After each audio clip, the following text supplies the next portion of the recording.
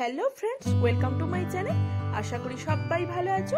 आजकेर आमी बानाबो झिंगे आलू पोस्तो, जेटा सम्पूर्ण निरामिष। आमार चैनेले नतुन हये थाकले अवश्यई आमार चैनेलटाके सबस्क्राइब करे देबे और पाशे थाका बेल आइकनटी प्रेस करे देबे। भिडियोटा भालो लागले अवश्यई लाइक कमेंट करते भुलो ना। चलो शुरू करी। प्रथमे निये नियेछि 1 केजी परिमाण झिंगे आमी एइभाবে केटे नियेछि और निये नियेछि दुटो आलू। आलूगुलोकेও বড় বড় করে কেটে নিয়েছি। এবার নিয়ে নিয়েছি পোস্ত বাটা আর আদা আর জিরে বাটা। এটা নিয়ে নিয়েছি আমি 4টে লঙ্কা কুচি নিয়েছি।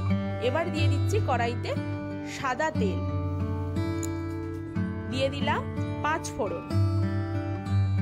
এবার দিয়ে দিচ্ছি শুকনো লঙ্কা, দুটো তেজপাতা দিয়ে ভালো করে নেড়ে এবার দিয়ে দিচ্ছি কাঁচা লঙ্কা কুচি, দিয়ে দিচ্ছি কেটে রাখা ঝিঙেগুলোকে,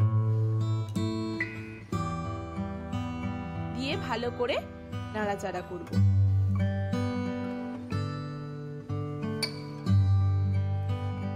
একদম হাই ফ্লেমে রেখে আমি ভাজাটা করছি। দেখো ঝিঙেগুলো অনেকটা সেদ্ধ হয়ে গেছে। এবার দিয়ে দিচ্ছি কেটে রাখা আলু, দিয়ে আবারও ভালো করে নাড়াচাড়া করছি। এটা একদম আমি হাই ফ্লেমে রেখেই করছি। দিয়ে দিচ্ছি পরিমাণ মতো নুন, পরিমাণ মতো হলুদ, দিয়ে আবারও ভালো করে নাড়াচাড়া করে কষিয়ে নিচ্ছি। এবার দিয়ে দিচ্ছি 2 চামচ আদা জিরে বাটা, দিয়ে ভালো করে আবার মিশিয়ে নিচ্ছি। আদা জিরে বাটা দিলে একটা আলাদা স্মেল আসে, যেটা খুব ভালো লাগে পোস্ততে খেতে। দিয়ে দিচ্ছি অল্প পরিমাণ জল, যেমনটা লাগবে তেমনই দিচ্ছি। এটা তো খুব ঝোল ঝোল করবো না, তাই আমি খুব কম পরিমাণেই জল দিয়েছি। দিয়ে এবার সেদ্ধ হওয়ার জন্য 15 মিনিটের জন্য ঢাকা দেবো আমি।